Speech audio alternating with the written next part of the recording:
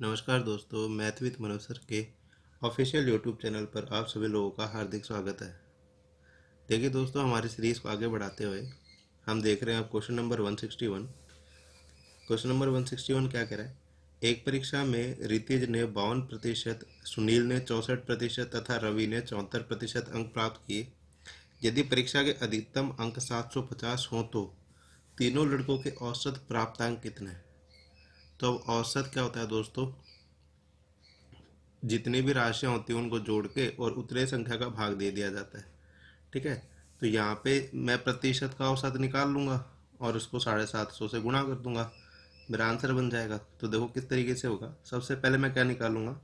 सबसे पहले मैं निकालूंगा प्रतिशत अंकों का औसत। प्रतिशत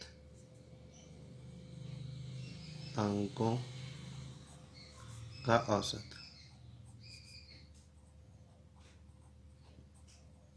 ठीक है जी। प्रतिशत अंकों का औसत कैसे निकलेगा? राशियों का योग, यानी कि 52% प्लस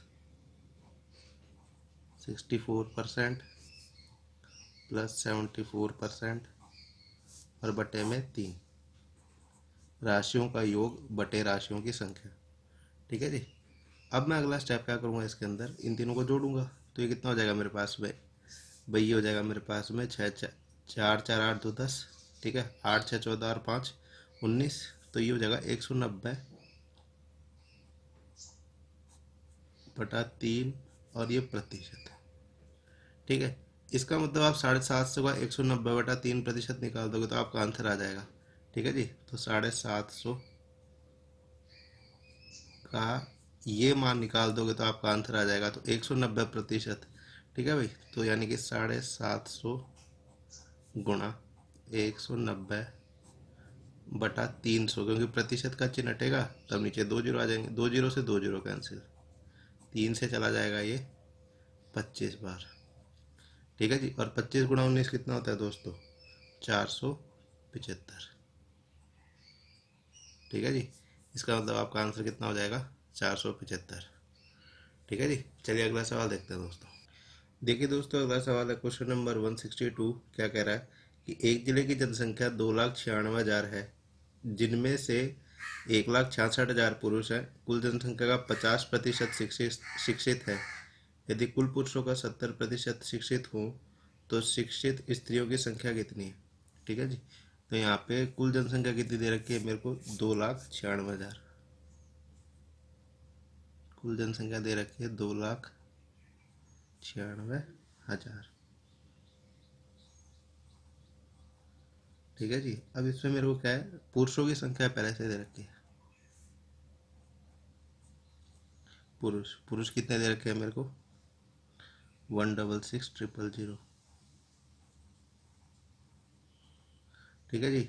अगर ये पुरुष है तो महिलाएं कितनी हो जाएंगी मेरे पास में? 2,96,000 में से 1,66,000 माइनस करेंगे तो कितना बचेगा हमारे पास में? ये बचेगा 1,30,000। ठीक है। ध्यान रखना, इसमें से इसे माइनस किया है तो महिलाओं का मान निकल गया है। ठीक है जी। महिलाएं भी निकल गई। अब इसने एक और बात बोली है, क्या कि कुल जनसंख्या का 50% शिक्षित है, यानी कि कुल जनसंख्या जो कि ये है इसका 50%। तो इसका 50% निकालोगे, यानी कि आधा। तो 2 का आधा कितना होता है? 1। और 96 का आधा 48। तो 148,000, यानी कि ये जो 1,48,000 है ये लोग हो गए शिक्षित।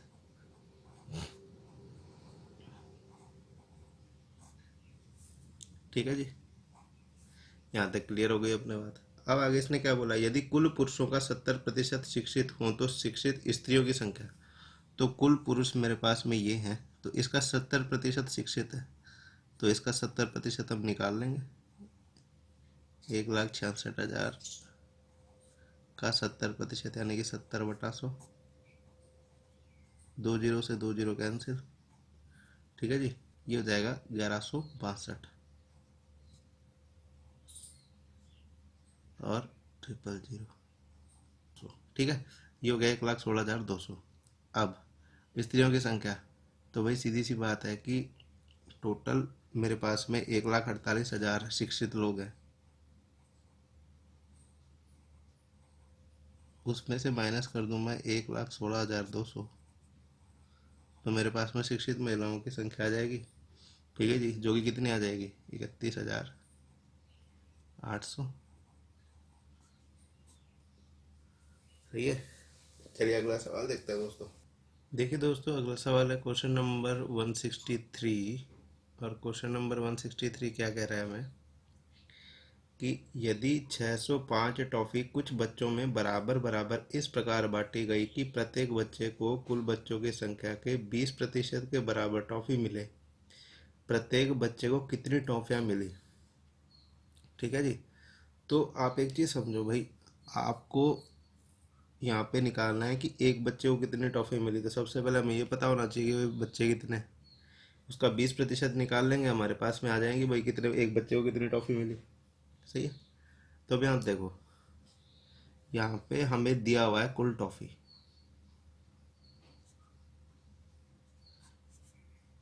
ठीक है भाई, अब कुल टॉफी कैसे निकलेगी वो समझो आप। भाई कुल टॉफी कैसे निकलेगी कि कुल बच्चे और एक बच्चे को कितनी मिली है वो टॉफियाँ, तो कुल बच्चे गुणा एक बच्चे को मिली टॉफी।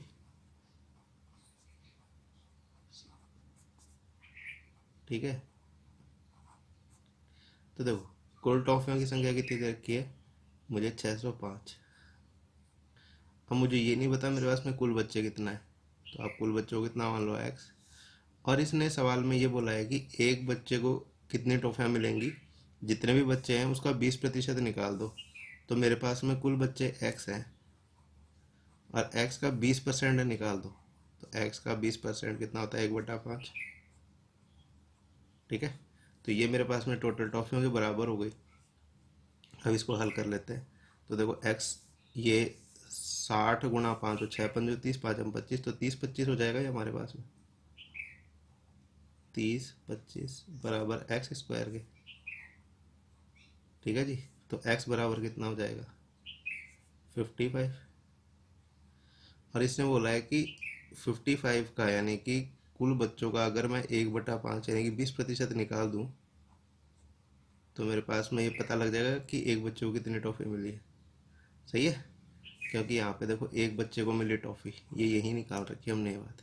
तो x का मान का 1/5 निकाल दो तो आपका आंसर आ जाएगा। तो ये कितना हो जाएगा मेरे पास में, 11। इसका मतलब एक बच्चे को कितनी टॉफ़ियाँ मिलती है यहाँ पे, 11। सिंपल क्वेश्चन था। ठीक है जी। चलिए अगला सवाल देखते हैं दोस्तों। देखिए दोस्तों, अगला सवाल है क्वेश्चन नंबर 164। क्या कह रहा है कि एक पेड़ की ऊंचाई में प्रतिवर्ष उसकी ऊंचाई का 1/8 वृद्धि होती है। यदि अब इस पेड़ की ऊंचाई 8 मीटर हो तो 2.5 वर्ष पे इसकी ऊंचाई में कितनी वृद्धि होगी। तो इसमें से साफ ही दे रखा है कि 1/8 12.5% होता है। आप डायरेक्ट 1/8 की वृद्धि करोगे तो 9/8 लिखोगे, यानी कि 8 में 1/8 की वृद्धि करनी, यानी कि 9/8 हो जाएगा। 2.5 वर्ष तक हो रही है तो 2 वर्ष तक तो ये हो जाएगा 9/8 9/8। और आधे वर्ष के लिए क्या होगा, आधे वर्ष के लिए वही समझना है इस बात को। आधे वर्ष के लिए निकालना है अब हमको। अगर देखो 1/8 एक वर्ष के लिए, सही है, तो एक का आधा करोगे तो ये कितना आ जाएगा, 1/16। सही है। तो इसका मतलब 1/16 की वृद्धि होगी, यानी कि इसको कितना लिखोगे, 17/16। सही है।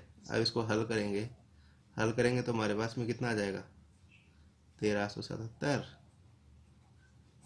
बटा में 128।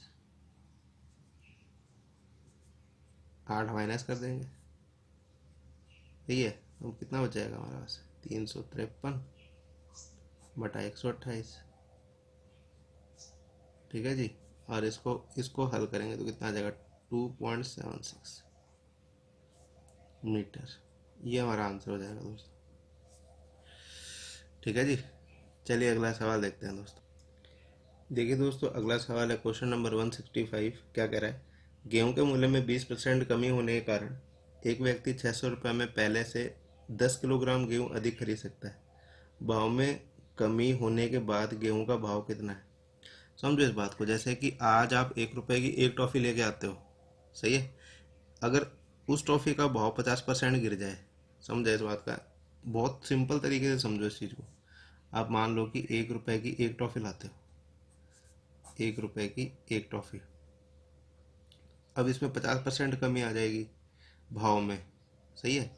यानी कि 50% कमी आ गई, तो अब आप 1 रुपए की कितनी लेके आओगे, आप कहोगे कि 1 रुपए की एक टॉफ़ी मिलती है, यानी कि वही टॉफ़ी अब आपको 50 पैसे की मिलने लग गई। तो 50 पैसे की मिलने लग गई, पर आपकी जेब में कितने रुपए हैं, 1 रुपए। तो आप 1 रुपए में आप कितनी टॉफ़ी ला सकते हो, दो। तो देखो इसको सवाल को कैसे बोलेगा कि किसी वस्तु के मूल्य में 50% कमी होने से अब वह व्यक्ति एक वस्तु एक्स्ट्रा लेके आता है, ठीक है। तो ये हुआ कब, जब आपने एक का 50% निकाला, तो यहाँ पे वस्तु की संख्या मेरे को पहले से दे रखी है, एक अधिक लेके आ रहा है, यानी कि पहले एक कम लाता होगा, सही है। अब इसी चीज़ का यूज़ हम यहाँ पे करेंगे। तो देखो सवाल क्या है कि 600 रुपये में 10 किलोग्राम गेहूँ अधिक खरीदता है, ठीक है। इसका मतलब 10 किलोग्राम गेहूँ अब वो एक्स्ट्रा लेके आता है, कब, जब 600 रुपये में 20% कमी हो जाती है। 20% का मतलब 1/5, ठीक है जी। यानी कि 10 केजी का मूल्य कितना हो जाएगा यहाँ पे, 120। अब आपसे पूछा क्या है कि प्रति केजी का भाव बताना है, तो 0 से 0 गया, यानी 1 केजी का भाव कितना हो गया, 12 रुपये। एकदम सिंपल क्वेश्चन। ये पीछे भी बताया हुआ है, आप एक बार पीछे वाले वीडियो भी चेक कर लेना, ठीक है जी। चलिए अगला सवाल देखते हैं दोस्तों। देखिए दोस्तों, अगला सवाल है क्वेश्चन नंबर 166। क्या कह रहा है कि एक छात्रावास में 600 लड़के हैं, इनमें से प्रत्येक लड़का हॉकी अथवा फुटबॉल अथवा दोनों खेल खेलता है। यदि 75% लड़के हॉकी तथा 45% लड़के फुटबॉल खेलते हैं, तो कितने विद्यार्थी दोनों खेल खेलते हैं। तो इस टाइप के सवाल हम पीछे भी कर चुके हैं, समझते हैं इसको। देखो आपको याद होगा, इस टाइप के सवाल हमने किए हुए हैं। ये देखो, याद आ रहा है, ये बोला, ये एक और बोला बनेगा, ठीक। तो दो खेल है हमारे पास में, हॉकी और फुटबॉल। तो इसने बोला है कि 75% लड़के हॉकी खेलते हैं और 45% लड़के फुटबॉल खेलते हैं। अब यहाँ पे मेरे को क्या चीज़ नहीं दे रखी, ये जो सेंटर वाला मान है ये नहीं दे रखा। तो सेंटर वाला मान निकालने के लिए हम क्या करेंगे, 75 प्लस 45, सही है जी। 75 प्लस 45 कितना हो जाएगा, 120, ठीक है जी, 120। तो अब ये 100 से कितना जाता है, 100 माइनस, या 120 माइनस 100 कर दो, ठीक है। 120 माइनस 100, तो ये कितना बच गया, 20। इसका मतलब 20% लड़के ऐसे हैं जो दोनों खेल खेलते हैं, दोनों खेलने वाले।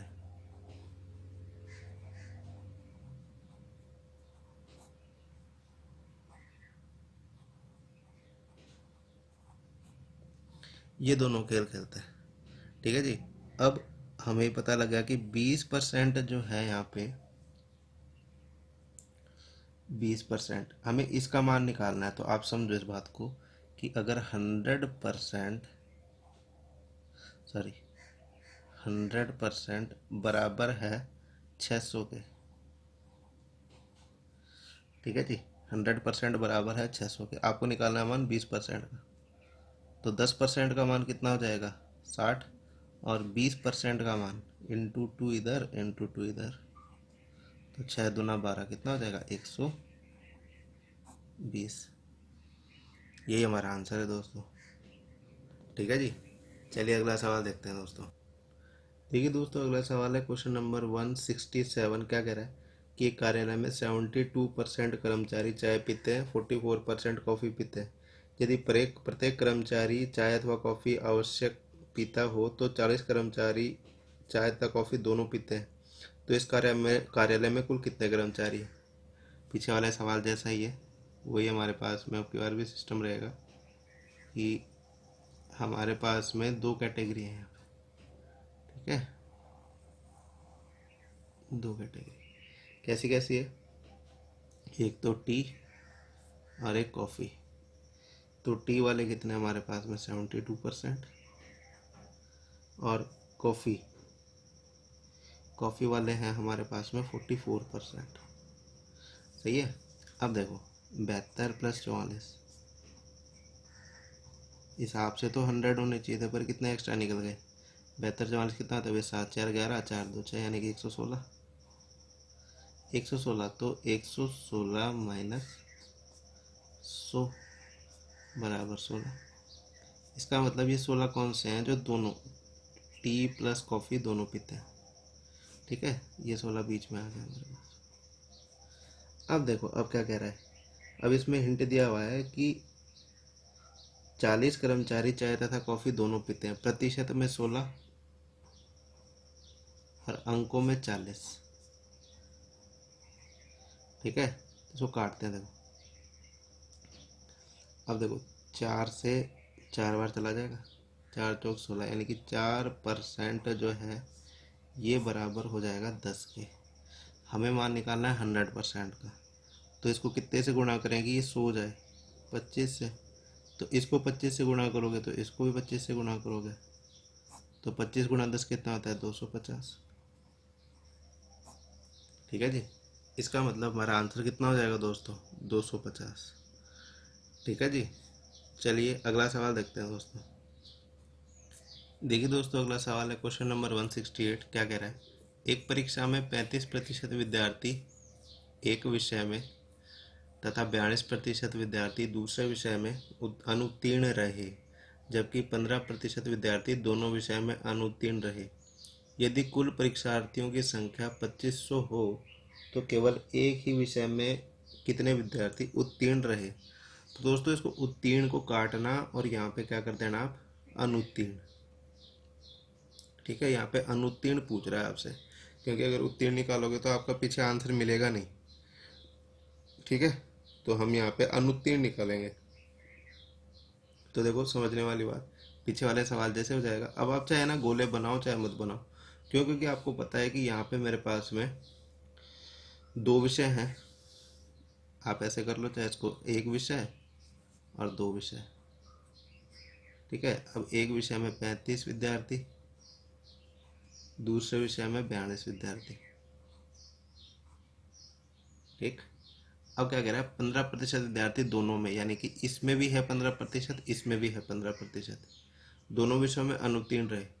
कुल परीक्षार्थियों की संख्या 2500 एक विषय में, यानी कि सिंगल विषय में ही होना चाहिए, वो दोनों विषय में नहीं होना चाहिए। तो देखो इसमें 15% विद्यार्थी ऐसे हैं जो दोनों विषय में इंक्लूड हैं, तो 15% माइनस कर दो इसमें से। सही है, कितना बच जाएगा, 20। सही है, और इसमें से भी 15% माइनस कर दो, क्योंकि इसमें भी दोनों विषय के विद्यार्थी हैं। ठीक है जी, तो ये कितना बच जाएगा मेरे पास में, ये बच जाएगा मेरे पास में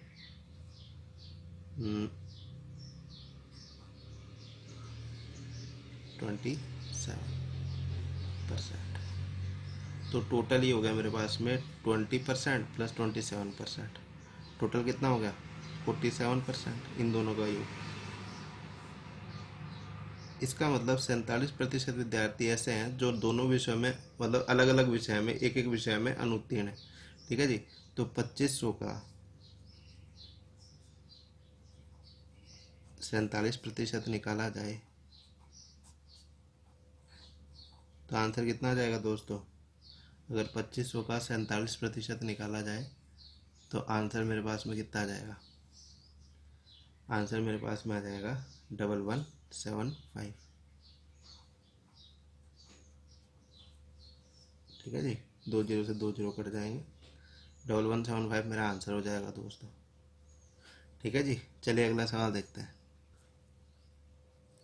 देखिए दोस्तों, अगला सवाल है क्वेश्चन नंबर 169। क्या कह रहा है, एक दुकानदार अपने ग्राहकों से क्रय मूल्य से 15% अधिक मूल्य लेता है। यदि एक ग्राहक ने सोफ़ा सेट 9,039 में खरीदा हो तो दुकानदार ने इसे कितने में खरीदा। दुकानदार ने कितने में खरीदा वो पूछ रहा है। तो सबसे पहले 15% को समझते हैं। 15% का मतलब क्या है, 15% को आप 15/100 लिख सकते हैं। ठीक, और ये कटेगा 5 से 3 बार, ये कटेगा 5 से 20 बार, अब ये 3/20 है। इसका मतलब क्या हुआ कि अगर किसी वस्तु का मूल्य 20 रुपये, मूल्य यानी कि क्रय मूल्य, ठीक है, तो लाभ और हानि उस पर तीन तीन यूनिट के हिसाब से हो जाएगी। ठीक है, तो ऊपर क्या लिखेंगे यहाँ पे, लाभ हानि। ये अपन लाभ हानि चैप्टर में अच्छी तरीके से पढ़ेंगे, कमी वृद्धि लाभ हानि सब एक ही चीज़ है, ज़्यादा डिफरेंस नहीं आता उसमें, कॉन्सेप्ट का डिफरेंस है सिर्फ। ठीक, तो अब नीचे क्रय मूल्य और ऊपर मेरे पास में क्या आ गया, लाभ या हानि। तो यहाँ पे मुझे लाभ हो रहा है 15% का, तो लाभ हानि ऊपर वाले के हिसाब से, कमी वृद्धि लाभ हानि एक ही बात। ठीक है, तो इसका मतलब 20 यूनिट प्लस 3 यूनिट, इसका मतलब 23 यूनिट विक्रय मूल्य। ठीक है जी, 23 यूनिट किसके बराबर हो जाएगी, 9039 के। 23 यूनिट बराबर 9039 की, तो 1 यूनिट बराबर कितने की हो जाएगी, 9039/23। ये 1 यूनिट का मान हो गया। 1 यूनिट का मान ये है, आपको मान कितने यूनिट का निकालना है, क्रय मूल्य भाई खुद कितने में खरीद के लाया, यानी कि 20 यूनिट का, इंटू 20 इधर करोगे, इंटू 20 इधर करोगे। ठीक है जी, अब इसको हल करते हैं तो हमारे पास में आंसर कितना आ जाएगा दोस्तों, 1860।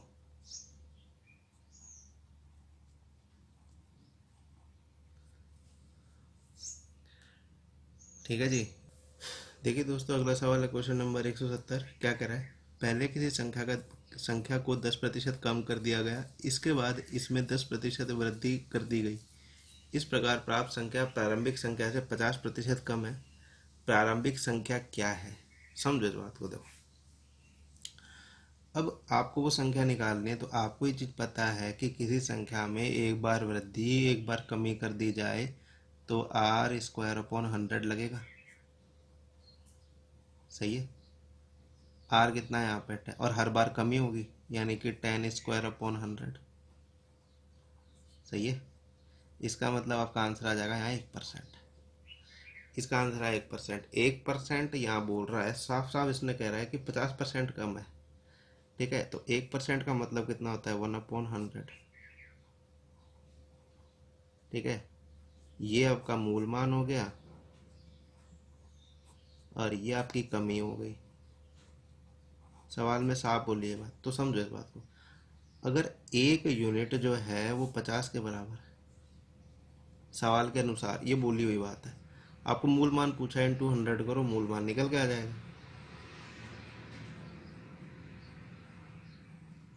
ठीक है जी, आंसर कितना आ जाएगा आपका, 5000। सिंपलेस्ट वे है ये चीज़ को करने का। ठीक है जी, आशा करते हैं दोस्तों आप लोगों को समझ में आया होगा। नहीं समझ में आया तो कमेंट बॉक्स में लिख देना इस चीज़ को, क्या चीज़ कैसे नहीं समझ में आया, क्या चीज़ नहीं समझ में आई। ठीक है, और आप लोग क्या है, चैनल को लाइक सब्सक्राइब और शेयर किया करो। अधिक से अधिक बच्चों को इसकी जानकारी दीजिए, जिससे अधिक से अधिक बच्चों का भला हो सके। पूरी RS अग्रवाल इस चैनल पे पढ़ाई जाएगी। ठीक है, तो आप ज़्यादा से ज़्यादा बच्चों को ये बात पहुँचाओ, जिससे ज़्यादा से ज़्यादा बच्चे, जो ज़रूरतमंद बच्चे हैं, वो लाभान्वित हो सके। ठीक है जी, बाकी के सवाल हम नेक्स्ट वीडियो में देखते हैं। तब तक के लिए धन्यवाद दोस्तों।